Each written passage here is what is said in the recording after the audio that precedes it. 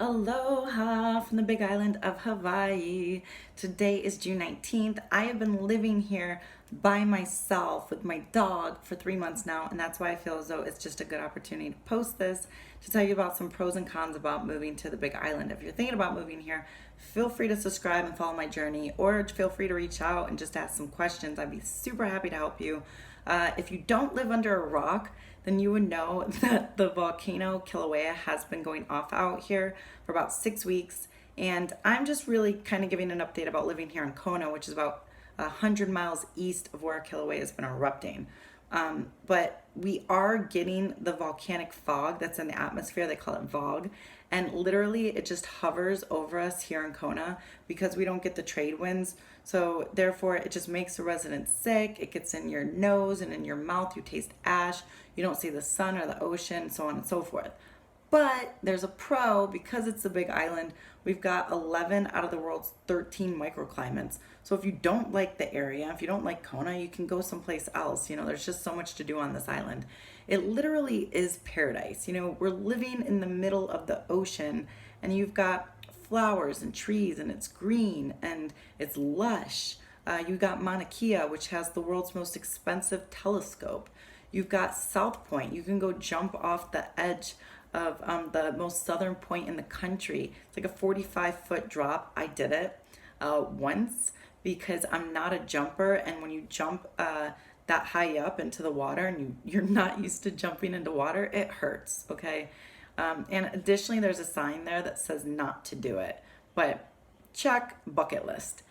You can go surfing, kayaking, fishing. There's just so much to do. There's waterfalls and hiking and jungles, and it's just amazing if you're a nature person and that's really like connecting with the world is what you want to do. This is a place to do it. Now, of course, living in paradise, the cost of living is just terribly, terribly expensive.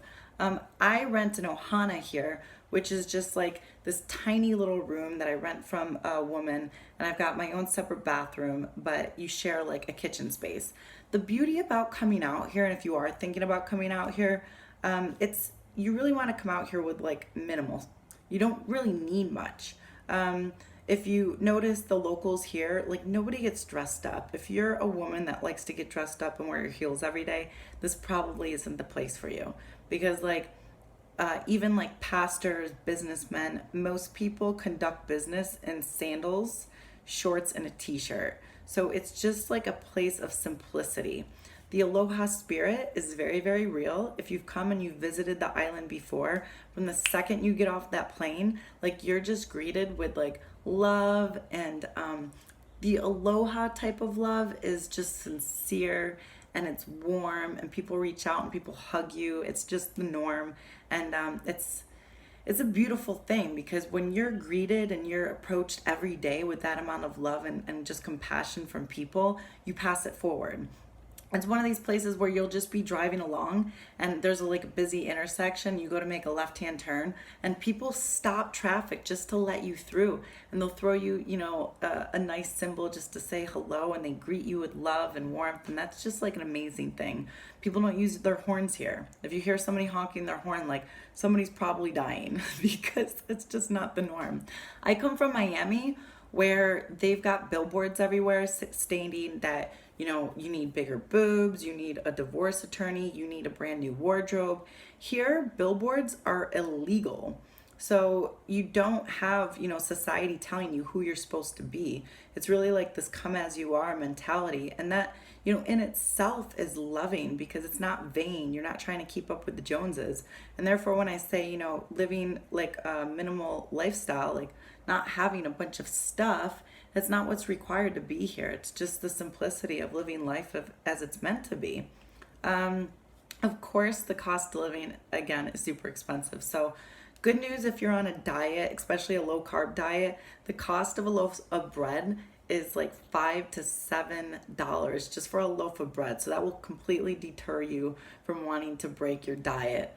For instance, a can of soup is $3. So groceries are very expensive, but again, people here, they grow a lot of their own fruits and vegetables and they share. So anybody that has food or fruit in abundance, they'll bring it to like a community gathering or a church gathering, and they share with one another. So it's pretty much the norm. If you go someplace and somebody's like, hey, there's like a couple bags of bananas in the back, take what you want. I had a friend out here that's a fisherman that caught tuna in abundance, fresh tuna in abundance, and called me up, and I came down to the dock, and he just gave me like 10 pounds of the freshest sashimi that you'll ever find. So that's the key to being here, is that the best food that you'll find is not, at the restaurants, especially not in the restaurants. It's tourists. But just being around the community and people. Now, this isn't a singles island. I don't think many of the islands are actually like filled with singles in abundance. So a lot of families here, and which is great, but if you use like an online dating site, like fortunately it connects you with the other islands like Oahu and Maui. But very quickly, if you're familiar with like the swiping mechanism, you just run out of people. And when you do meet somebody, in most cases, they're just a tourist anyhow. So it's not a tourist island. It's additionally hard to come here by yourself. Even if you come here with a couple and you're new to the island, a lot of the locals take some time to truly open their hearts and their homes up, because it's so transient, and it's hard to make those genuine friendships because people come and go so often. And a lot of the locals here will say, they're kind of closed off because they've had these great, wonderful friendships, and then unfortunately people leave the island, so they've had their hearts broken. But with today's technology, the beauty of it is that we have things like Facebook and everything, and like FaceTime, where you could just keep in touch with people, right? But still, there is a certain level of people not wanting to necessarily connect right away.